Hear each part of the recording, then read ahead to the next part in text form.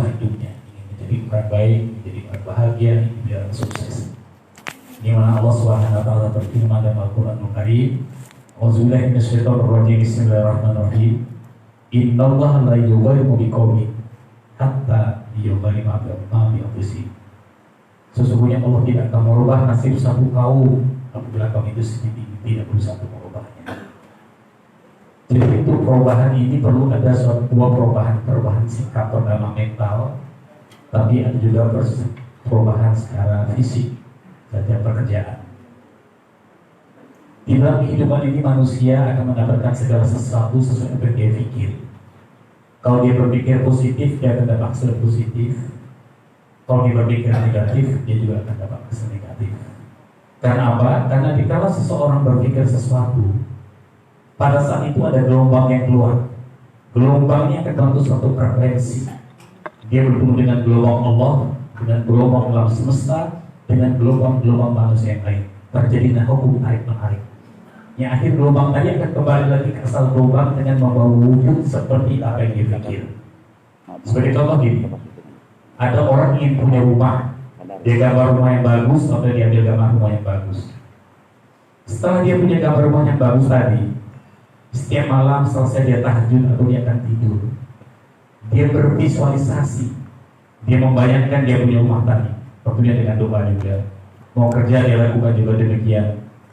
Akhirnya beberapa tahun kemudian, dia benar-benar bisa membangun rumah atau bisa mendapatkan rumah, dan rumah tadi mirip sekali dengan apa yang digambarkan tadi. Ternyata dikala alam sadar kita yang punya keinginan, saat itu direkam oleh alam bawah sadar kita. Saking kuatnya direkam alam bawah sadar kita ini bekerja, alam sadar kita sudah lupa. Alam bawah sadar kita bergerak terus, tapi dia akan kirim berita dalam sadar kita dalam bentuk intuisi dan ilham. Timbul kita punya ide, inisiatif untuk dorong keinginan tadi. Jadi yang namanya visualisasi atau mimpi dalam hidup itu sangat dibutuhkan. Jadi kalau ada orang bilang jangan mimpi, lo salah. Hidup itu harus punya mimpi. Karena mimpi itu adalah keinginan. Innamal a'malu binniyat. Apa saja dikerjakan manusia tergantung dari niatnya. Mau bahagia harus punya mimpi bahagia. Ingin menjadi orang besar, ingin menjadi orang sukses harus punya mimpi. Karena pada hakikatnya jika manusia itu bermimpi dalam hidup atau bervisualisasi, hakikatnya dia itu sudah membangun jalan keinginan dia. Hanya jalan yang mau kita bangun ini ada 3 bentuk karakter tanahnya. Ini sebagai analogi saja, sebagai kiasan. Ada tanah yang sudah keras, sehingga kita berapa kali lewat dia sudah lancar karena di bukan tanah sudah keras. Orang seperti ini banyak juga keyakinan kokoh, pendirian teguh, kepercayaan tinggi, mewujudkan apa saja catok wujudnya orang. Yang kedua, ada karakter tanah itu latih bergerak. Orang seperti ini banyak juga yang hari ini percaya, besok ragu, percaya lagi, ragu lagi. Ini perlu sugesti dan motivasi dari luar. Yang ketiga, ada karakter tanah itu becek, airnya banyak, diperlu dikeringin, diuruk dan dikasih. Orang seperti ini banyak juga yang pesimisnya terlalu tinggi. Jadi katanya orang kaya dan orang miskin itu hanya dibedakan oleh pola pikir. Jadi kalau pola pikir orang kaya itu bisa, mudah, gampang. Insya Allah dia jadi orang kaya. Kalau cara berpikir demikian, minimal dia calon orang kaya. Tapi kalau pola pikir orang miskin, gak bisa, sulit, susah, ini dijamin orang pasti miskin. Bisa nggak? Oh sulit tuh, mana mungkin, susah. Ini pasti dia miskin. Kenapa? Dia belum berbuat, dia sudah menyerah. Jadi kalau kita mau jadi orang kaya, apa yang perlu dirubah pertama? Rubah pola pikir. Selagi masih pola pikir orang miskin, dia tidak bisa jadi orang kaya sampai kapanpun. Pola pikir inilah berbahasa agama dinamakan zon. Ada husnuzon, ada suuzon. Husnuzon itu berbaik sangka, suuzon itu berburuk sangka. Karena apa? Karena Allah itu akan memberikan kepada hambanya sesuai dengan prasangka hamba itu sendiri.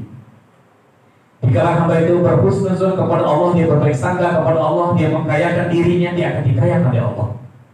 Jika hamba itu bersuuzon kepada Allah, berburuk sangka, dia miskinkan dirinya, maka dia akan dimiskinkan oleh Allah. Prasangka inilah yang dinamakan mindset. Jadi bagaimana kita akan hidup bahagia, akan menjadi orang besar, menjadi orang sukses, kalau setiap bangun tidur mindset kita ini rusak. Kita kadang-kadang setiap hari baru bangun tidur, baru buka mata langsung bayang, aduh susah. Yang kita ingin penderitaan, kemiskinan, kesulitan, kegagalan, kesedihan, itu yang terjadi di hari kiamat. Maka dia tidak bisa bangkit sampai kapan itu. Maka Islam mengajarkan setiap bangun tidur kita suruh berdoa. Alhamdulillahillazi ahyana ba'da ma amatana wa ilaihi nusyur. Lalu kita bersyukur kepada Allah. Kenapa harus bersyukur? Karena Allah itu akan menambah nikmat dan memberi nikmat hanya kepada orang yang bersyukur. Allah tidak pernah menjanjikan akan memberi nikmat, menambah nikmat kepada orang yang makhluk.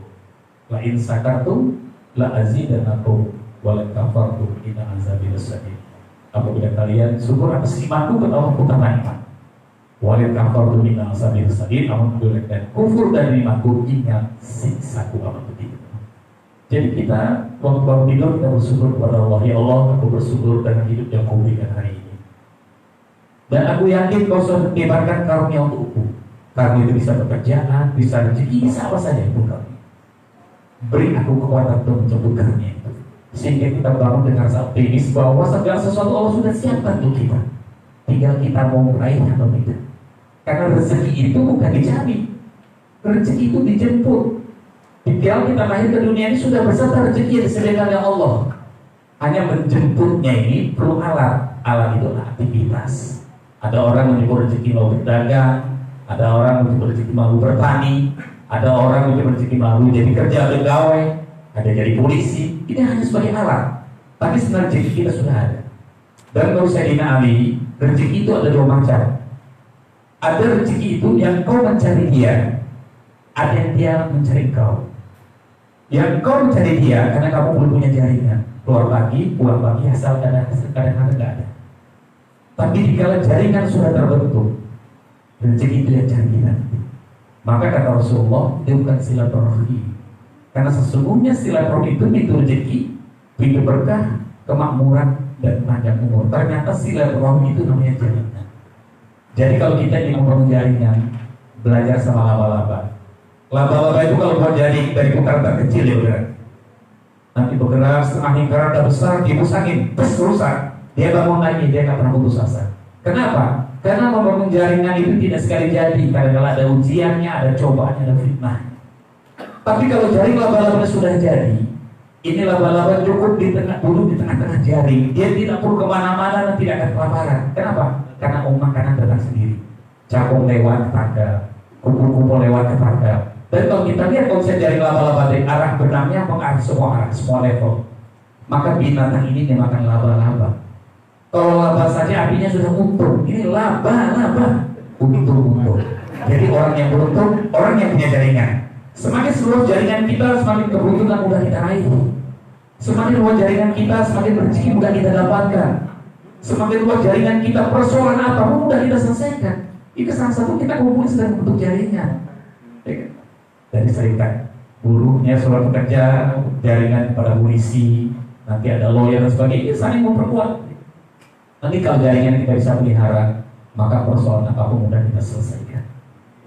Dan kalau kita dalam kehidupan ini mencari satu tujuan, hanya 3 syaratnya. Yang pertama, niat yang kokoh. Yang kedua, doa yang istiqomah. Yang ketiga, action.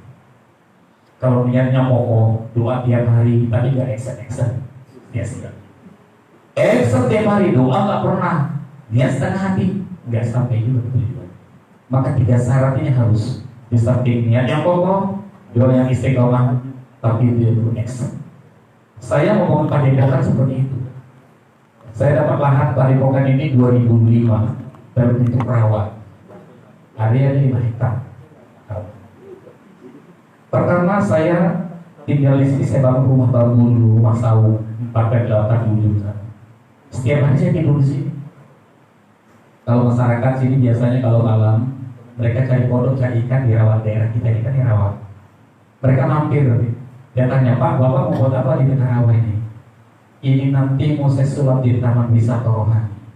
Di sini akan saya bangun 30 jabung alu, ada 10 gazebo, ada 4 tenesnya, ada kolam renangnya, ada mini golfnya, ada masjid zikirnya, ada rumah tangga sekolah. Jadi kalau mimpi kita aja yang besar dan yang bagus.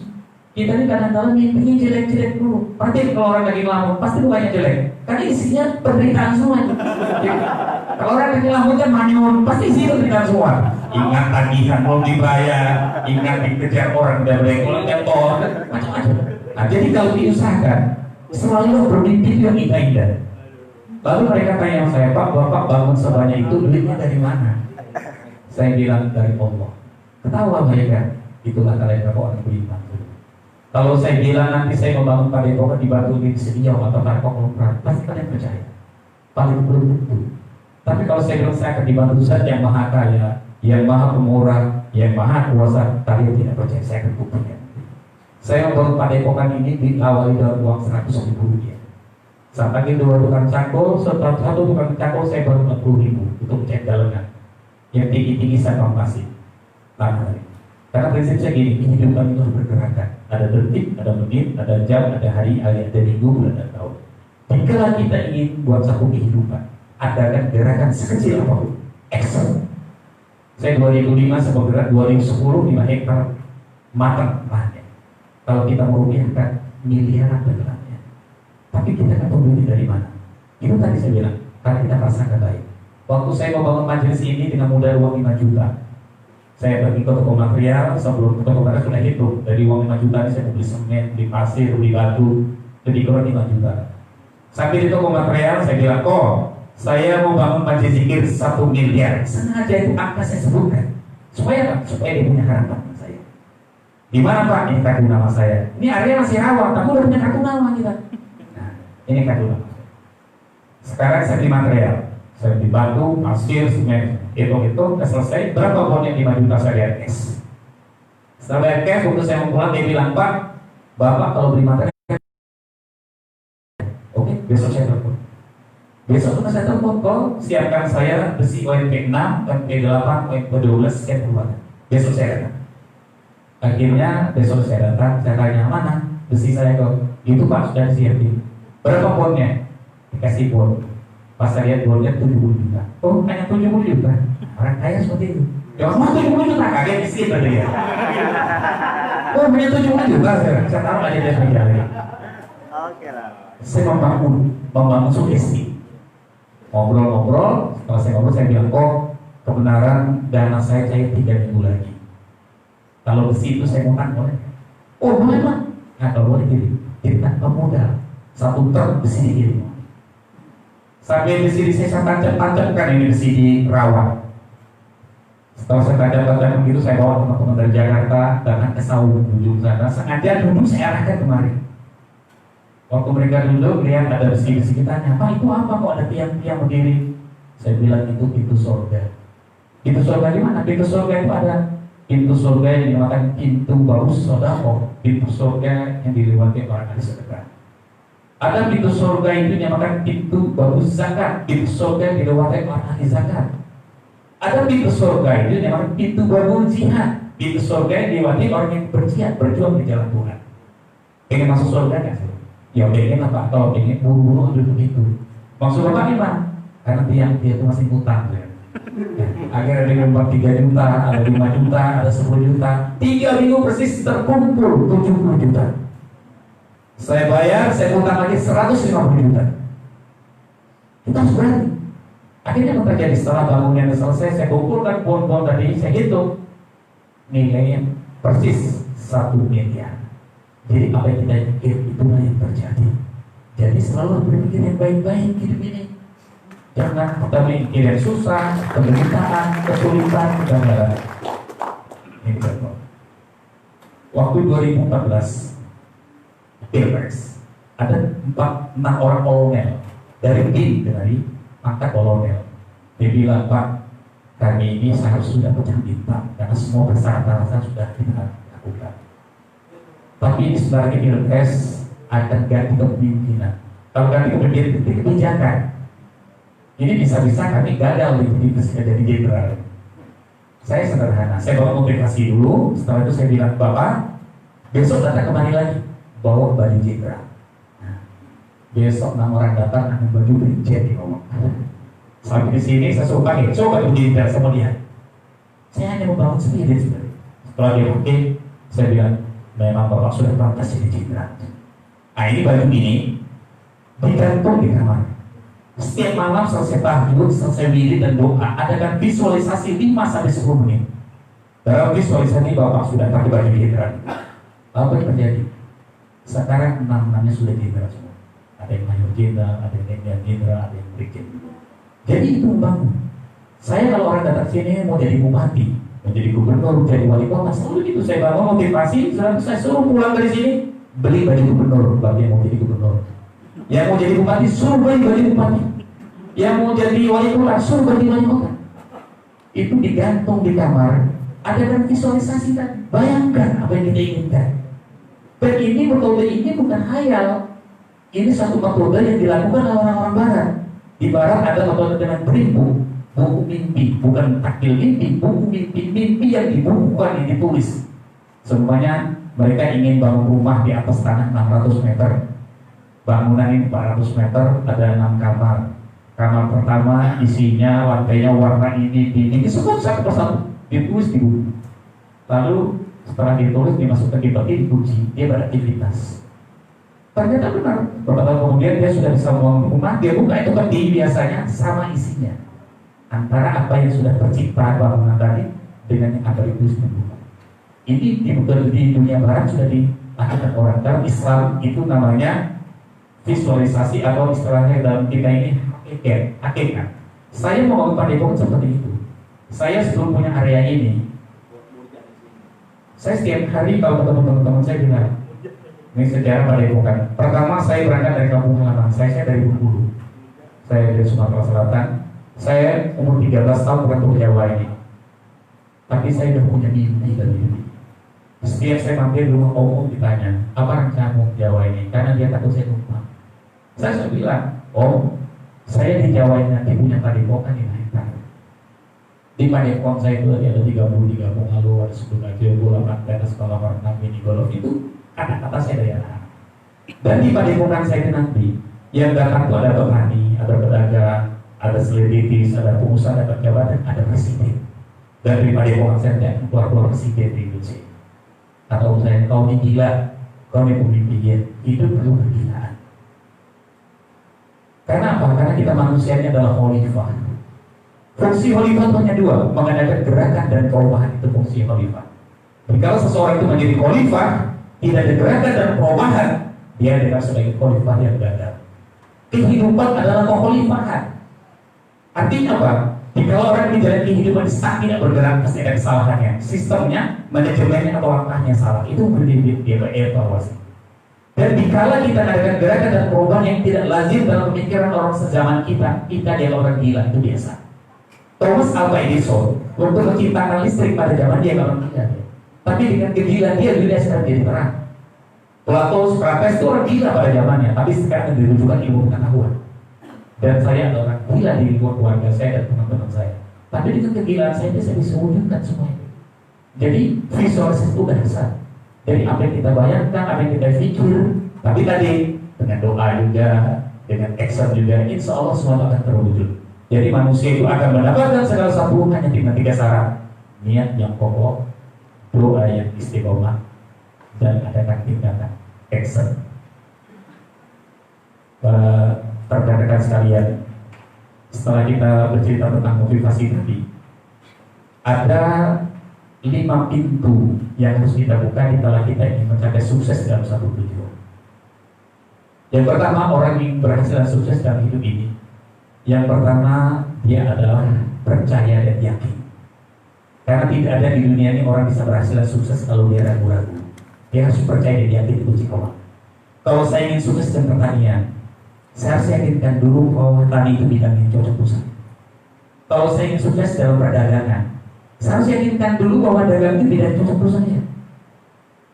Kalau saya ingin sukses dalam dunia rohani seperti agama, saya harus yakinkan dulu bahwa bidang ini bidang cocok untuk saya dan bisa menjanjikan. Dengan kita percaya dan yakin dengan diri kita akan meningkatkan kualitas nilai-nilai pengetahuan kita dalam bidang kita ini. Sehingga kita akan meningkatkan mutunya dan kualitasnya. Yang kedua, orang yang berhasil dan sukses dalam hidup saling percaya dan yakin. Yang kedua, dia perlu istiqomah, konsisten. Batu itu keras, air itu lembut, tapi kalau tiap hari air lembut tadi menetes di batu yang keras, lama-lama batu itu akan berubah. Orang yang sukses, orang yang istiqomah. Kenapa kita sering terhalang atau kita gagal untuk mencari sukses karena kita tidak istiqomah. Sebagai contoh ini, ada pedagang sayur, dia udah maju usaha sayur. Bapak darah datang, Pak, dagang buah-buahan lebih bagus Pak, karena teman saya itu sukses dagang buah. Tidak, ya, dagang buah-buahan. Baru 3 bulan dia dagang buah-buahan, ada orang bilang, Pak, teman saya dagang makanan matang, Pak, warteg tuh sukses tuh. Tidak lagi jual warteg dia nggak bisa berhasil. Kenapa? Karena dia tidak istiqomah. Jadi tekunilah satu bidang itu dengan sungguh-sungguh, dengan istiqomah. Yang pertama percaya dan yakin, yang kedua istiqomah. Yang ketiga, orang yang berhasil dan sukses dalam hidup dengan percaya dan yakin, yang kedua istiqomah, dia perlu menghidupkan silaturahim, yaitu jaringan. Karena tidak ada di dunia ini orang berhasil itu sendiri. Orang berhasil itu karena dukungan orang lain.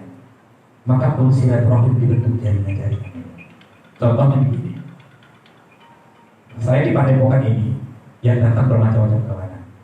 Datang petani sini, saya layani dengan baik sehingga dia puas. Nanti kalau dia puas, dia akan kembali ke komunitas dia, kumpul dengan petani yang lain, dia akan bercerita tentang saya dan cerita bisa ditambah-tambah karena besar. Itu iklan tanpa kita bayar. Ya? Datang selebritis kemarin, saya layani puas. Ini selebritis saya akan kembali ke komunitas dia, kumpul dengan selebritis yang lain. Dia akan tambah-tambah tentang cerita kita dan tidak harus kita bayar. Itu iklan. Datang jenderal kemarin, saya ini puas. Ini jenderal akan kembali ke komunitas dia. Tidak mungkin dia kumpul mengoperang, dia pasti kumpul ke jenderal juga. Dia akan cerita dengan jenderal lain tentang saya, ditambah-tambah dengan cerita. Di iklan ini kita harus kita bayar.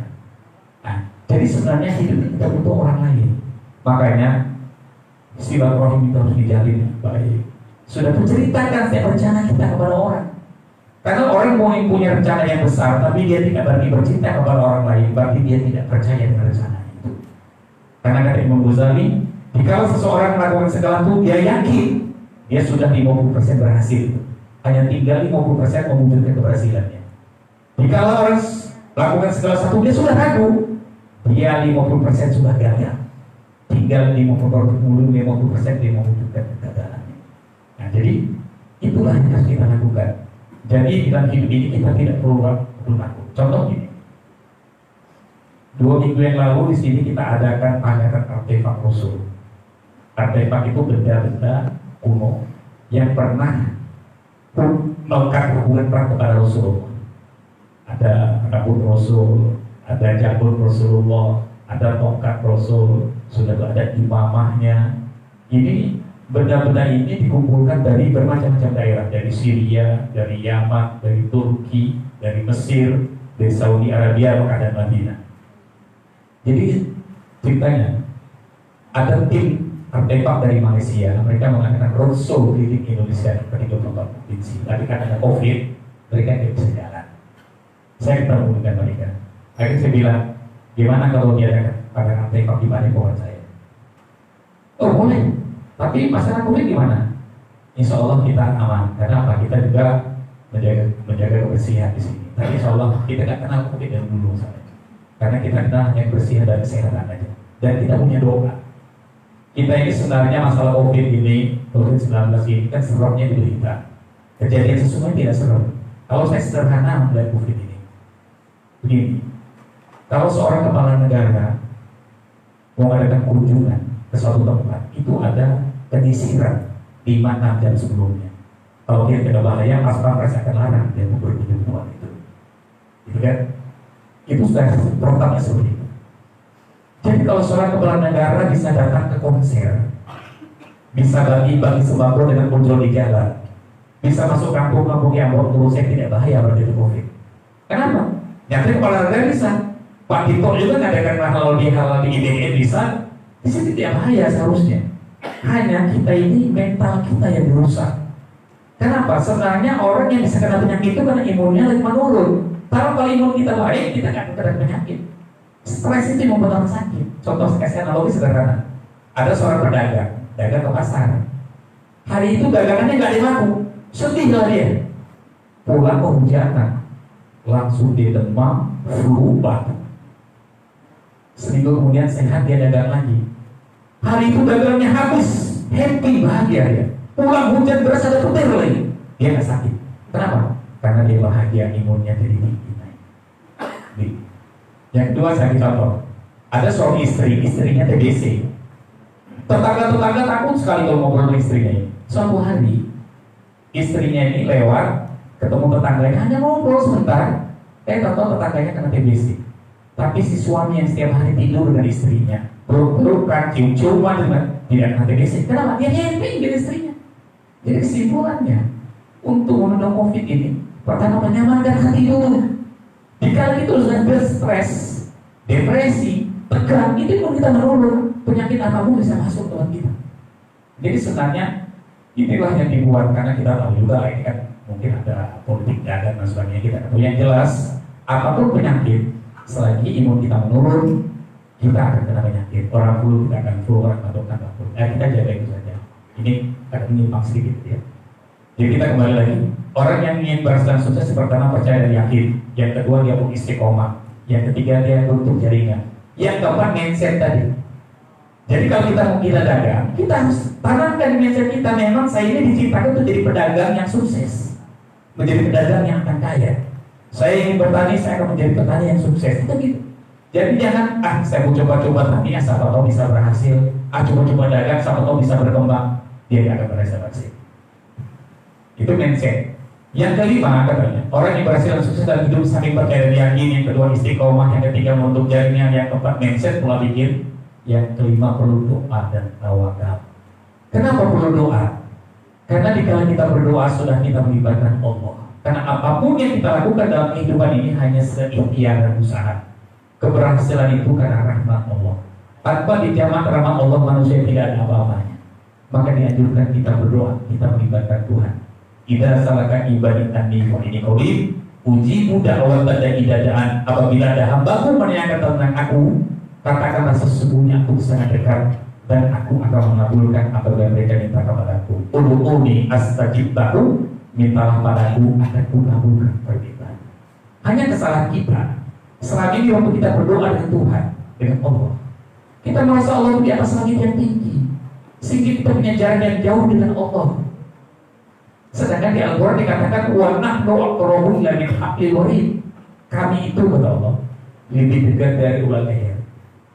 Kalau ular leher manusia menyatu kepada tubuh, Allah lebih dekat dari itu. Gimana kata Allah? Dalam iman, dalam kalbu, dalam lugu sanubari yang sangat dalam, dia tidak bisa dilihat, hanya bisa dirasakan. Maka kata Rasulullah, jika kalian beribadah atau berdoa kepada Allah, jadilah kalian sebagai seorang ihsan. Sahabat bertanya, ya Rasulullah, apa kata ihsan? Seorang ihsan itu jika dia berdoa atau beribadah kepada Allah, seolah dia melihat Allah. Kalau nggak sanggup dia melihat Allah, yakinlah Allah sedang melihat dirinya. Hadirkan Allah dan ibadah Allah dalam bentuk aktivitas apapun. Maka Islam mengajarkan saya tidak keluar rumah kita berdoa. Bismillahirrahmanirrahim. Dengan nama Allah, aku berserah diri padanya. Kita ini kadang-kadang waktu beraktivitas kita hanya mengandalkan kemampuan kita, ilmu kita, lead kita, tapi Allah tidak akan kita libatkan. Maka libatkan Tuhan. Insya Allah kalau kita libatkan Tuhan, ada energi kita, tapi ada energi Allah juga. Nah itu insya Allah akan sampai juga. Karena yang namanya energi itu adalah nur dalam bahasa agama. Allah itu nur ala nur, cahaya di atas segala cahaya. Yahdallahu nuru liman yasha. Dia itu akan berikan cahaya kepada orang yang dikehendakinya. Siapa yang dikehendakinya? Orang yang menghendaki cahaya itu sendiri. Jadi kekayaan itu diberikan kepada orang yang siap untuk kaya. Bagaimana kita mau jadi kaya kalau kita mental kita miskin? Kita nggak pernah mikir jadi orang kaya sampai kapanpun. Dan kaya itu perlu latihan. Kalau miskin nggak perlu latihan. Itu fitrah. Mau usah dilatih-latih dengan sendiri itu miskin. Tapi kalau kaya perlu. Contohnya, saya analogin di saya latihan kaya dari anak-anak. Saya punya mobil, punya motor, tapi sampai hari ini saya nggak pernah tahu harga pertama, harga pertalit, harga premium. Saya mau ngisi bahan bakar mobil, punya uang 100.000, sekali ini 100.000. Kalau pas uang saya ada, full, tapi saya nggak pernah melihat angka. Selesai berapa? 300, bayar 300. Sering saya ditegur dengan jamaah saya, Pak, kenapa nggak mau lihat angka? Saya tidak mau terbiasa melihat angka-angka kecil. Soalnya pikiran saya kecil. Lalu kalau Bapak dibohong gimana? Dia bohongi kita kan sekitar 2 liter. Dia tidak kaya dan kita tidak miskin dibohongi dia. Minimal kita sudah bersedekah nanti. Ini ada orang kaya naik Mercy terbaru, isi bensin sampai patah-patah leher dia lagi. Itu masih miskin mentalnya, takut sekali kekurangan. isi bensinnya seliter 2 liter itu apa sih artinya? Nah, ini bermitra kaya. Ada orang kaya pergi ke mall, naik mobil terbaru, Mercedes S600, keliling-keliling muter cari parkir, dia masih miskin. Kalau saya tidak pernah, saya kalau ke mall ada paling di meja, datang yang saya kunci dia, paling kita bayar 50.000. Ya, kita tidak tiap hari ke mall. Minimal kita sudah mendapatkan kemudahan dan kedua kita bersedekah kepada mereka. Nah, jadi kuncinya orang kaya itu orang yang sanggup memberi. Tapi orang miskin, orang yang selalu ingin minta. Jadi belajar kita memberi. Karena sesungguhnya orang yang belanjakan hartanya di jalan Allah, bagaikan dia menanam satu benih. Dia benih untuk menjadi 7 tangkai dan setangkai berbuah 100, Allah ganti 700 kali lipat. Dan dia Allah itu pasti benar. Contohnya, suatu hari saya pergi ke ATM. Kebenaran di saldo di ATM saya itu hanya ada 500.000 rupiah. Saya punya uang 200.000 di kantong. Waktu saya antri di ATM, ada nenek-nenek datangin saya 2 rempeyek. Nah, beli rempeyek berapa harganya, Nek? 20.000. Itu nenek ada berapa harganya? Ada 10. 10 kali 20 berapa? 200.000. Saya biarkan kalau saya ini saya bayar, saya beli semua 10. Saya beli 200.000, saya kasih 200.000, saya ambil semua. Gembira nih nenek. Setelah itu saya bilang, Nek, sekarang ini rempeyek saya hadiahkan kembali tuh Nenek. Nenek silakan pulang, mau dimakan boleh, mau dijual boleh, tapi besok. Kan hari ini kan sudah laku semua. Oh senang deh. Pulang. Waktu saya masuk di ATM, saya cek saldo. Apa yang terjadi apa yang nanti saldo tadi? 20.500.000. Allah ganti laku 20 juta. Begitu hebatnya Allah itu kalau mengganti apa perbuatan-perbuatan baik kita. Jadi jangan takut. Saya di padepokan saya di semua kegiatan saya tidak ada yang bayar. Rumah tapis Quran kita gratis. Mau orang kaya, mau orang miskin, yang penting dia punya semangat untuk belajar. Setiap malam minggu nanti malam kita kan ada istighosah, kita zikir itu 200-300 orang. Setelah zikir kita makan malam bersama, tidak ada kotak amal, tidak ada iuran. Saya terjun di dari umur 13 tahun, umur saya sekarang 60 tahun, udah 47 tahun. Saya belum pernah beraktivitas yang dibayar dan belum pernah terima gaji dan belum pernah digaji juga. Tapi semua aktivitas saya pakai uang. Listrik saya bayar dalam 1 bulan untuk 15 juta. Kita untuk santri makan santri aja 20-25 juta. Karyawan harus kita bayar 1 bulan minimal kita harus 25 juta. Kalau saya kerja dengan orang, dengan manusia paling digaji 5 juta untuk bayar listrik, maka saya kerja dengan Allah. Mindset ini dibutuhkan. Kenapa? Karena manusia ini menggunakan 2 otak, ada otak kiri, ada otak kanan. Otak kiri namanya IQ, otak kanan namanya EQ. Kalau menyangkut kepada rezeki kita gunakan otak kiri, kita rentan stres. Kenapa? Karena yang namanya otak kiri itu mindsetnya harus jelas. Sedangkan rezeki itu gaib. Rezeki itu gaib karena rezeki itu datang dari arah yang tidak kita duga, dari arah yang tidak kita sangka-sangka. Jadi ada contoh ini, ada seorang pegawai negeri golongan 2A, gajinya 2 juta. Dia punya 6 anak, anaknya bisa kuliah semua, jadi sarjana semua. Itu nggak ketemu rumusnya. Bagaimana cara membagi uang 2 juta itu? Dan terjadi banyak di kampung-kampung. Bunuh tani anaknya dokter banyak. Makanya kalau sudah nyambut rezeki itu datang otak kanan, ada keajaiban, ada kemurahan Tuhan, ada mukjizat. Ternyata orang-orang besar di dunia dan para konglomerat mereka semua kan otak kanan, dia otak kiri. Karena konglomerat itu gak ada profesor, dokter gak ada. SMP, SMA aja dia. Tapi hidupnya berada di mimpi. Kuncinya di mimpi. Saya ketemu orang-orang kaya rata-rata mimpi semua. Jadi kita ini harus punya mimpi. Kenapa? Mimpi itu udah gak bayar, gratis.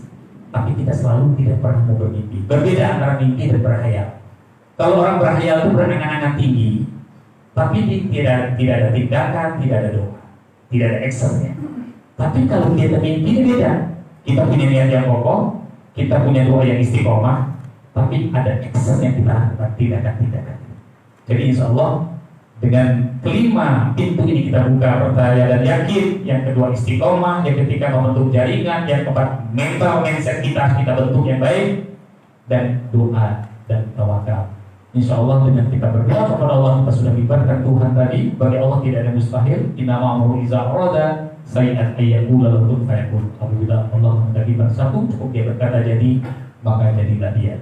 Dan perlu tawakal. Kenapa perlu tawakal nih? Kalau kita berhasil, kita yakin keberhasilan kita ini karena rahmat Allah.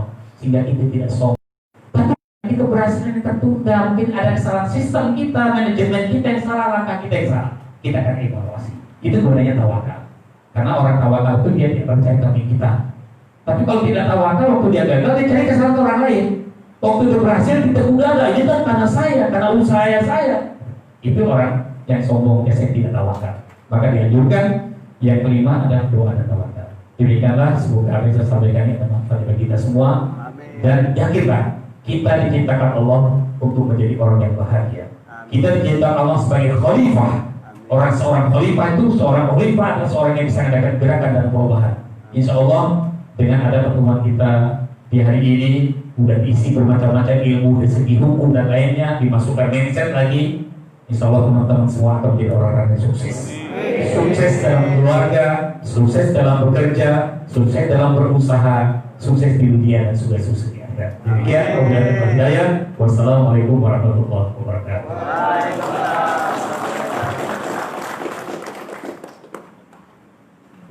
Alhamdulillah, terima kasih dari Dr. PPMI.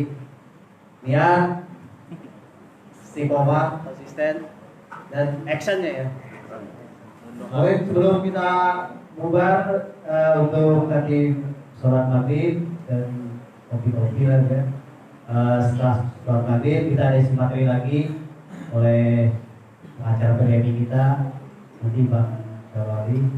Dan sebelum ini boleh kita ambil dokumentasi bareng-bareng ya dulu ya dengan Pak Polisian dan teman-teman. Silakan yang mau merapat nanti kita perlu.